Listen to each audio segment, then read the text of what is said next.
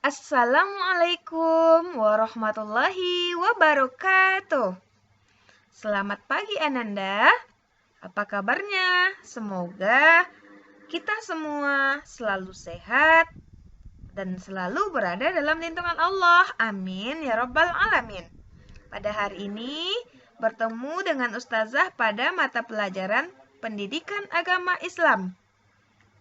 Kita akan membahas iman kepada Rasul-Rasul Allah.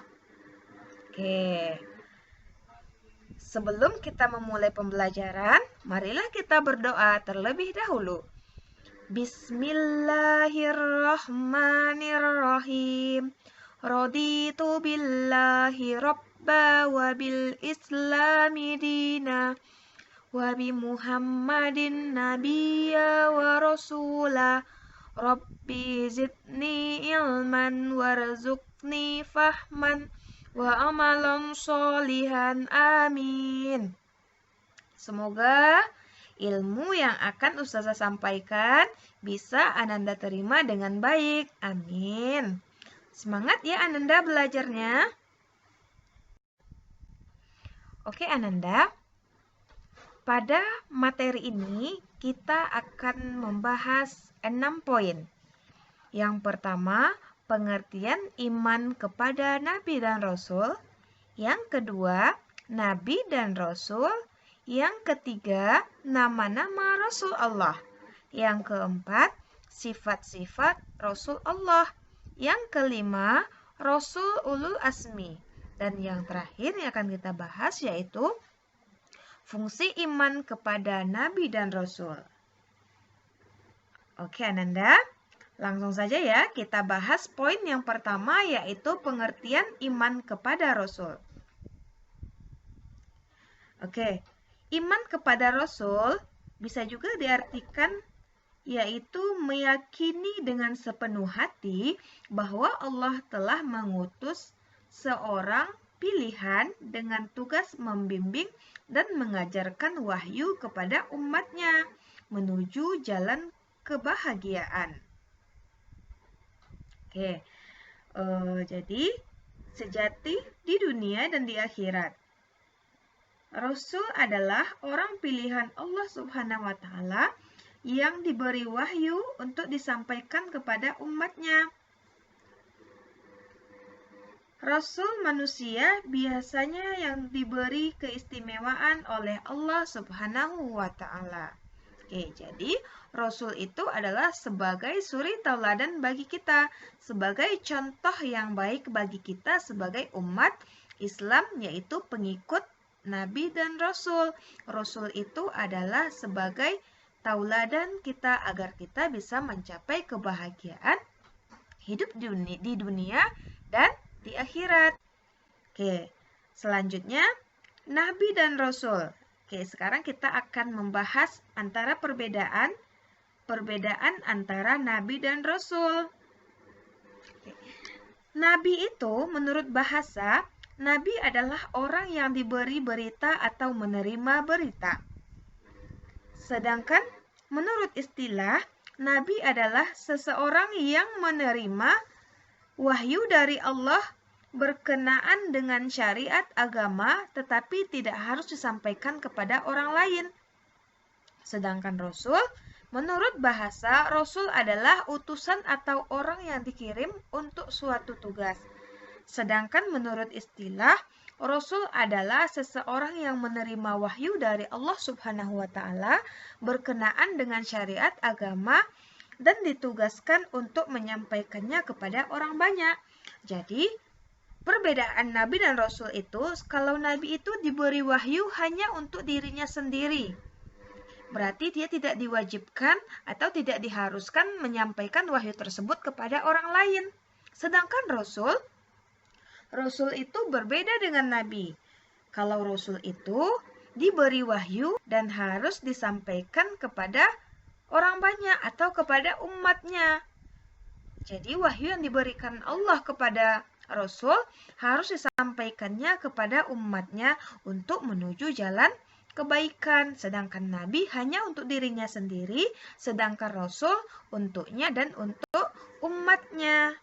Oke, itulah perbedaan antara nabi dan rasul. Selanjutnya, ini adalah nama-nama rasul Allah. Pada setiap kaum, pasti terdapat suatu rasul yang akan membimbing umat-umatnya menuju jalan kebenaran. Karena rasul itu sebagai suri tauladan atau contoh yang baik bagi umatnya. Jadi setiap kaum itu memiliki rasul. Seperti pada saat kita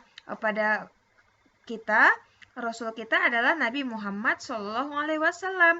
Ini adalah 25 nama nabi dan rasul yang harus kita ketahui, yaitu yang dimulai dari Nabi Adam alaihissalam sebagai nabi dan rasul yang pertama dan diakhiri dengan Nabi Muhammad SAW sebagai nabi yang terakhir. Nabi Muhammad itu disebut juga sebagai nabi akhir zaman. Selanjutnya, sifat-sifat Rasul Allah Subhanahu wa Ta'ala. Oke. Jadi Rasul Allah ini mempunyai sifat-sifat yang sangat baik. Yang pertama itu yaitu siddiq. Siddiq itu artinya jujur. Nabi dan Rasul utusan Allah Subhanahu wa Ta'ala merupakan manusia yang jujur. Mereka menyampaikan apa yang diwahyukan oleh Allah kepada umatnya. Tidak ada risalah atau syariat yang disembunyikan atau tidak ada yang tidak disampaikan kepada umatnya. Jadi semua yang disampaikan Allah atau yang disyariatkan Allah kepada Rasul disampaikannya kepada umatnya tanpa dikurangi dan tanpa dilebih-lebihkan. Yang kedua, Rasul itu juga bersifat amanah. Amanah berarti dapat dipercaya. Nabi dan Rasul memiliki sifat amanah. Oleh karena itu, Nabi dan Rasul memiliki sifat jujur.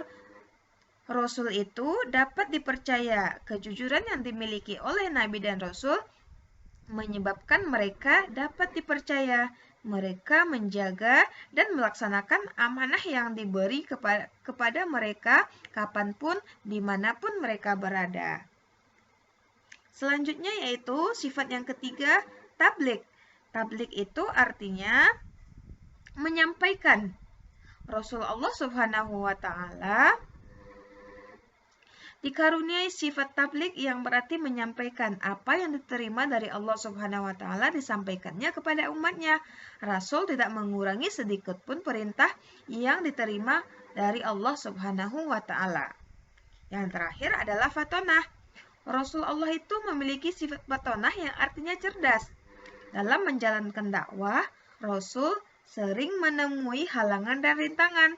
Halangan dan rintangan harus dihadapi dan dicarikan jalan keluarnya. Diperlukan kecerdasan dan kejernihan pikiran agar dapat keluar dari tantangan yang dihadapi. Oleh karena itu, Allah Subhanahu wa Ta'ala mengaruniai Nabi dan Rasul sifat fatonah.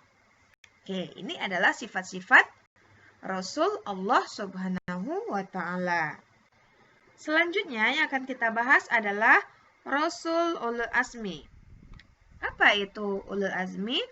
Ulul Azmi adalah gelar yang diberikan kepada Rasul yang memiliki ketabahan dan keuletan luar biasa dalam menyampaikan syariat kepada umatnya.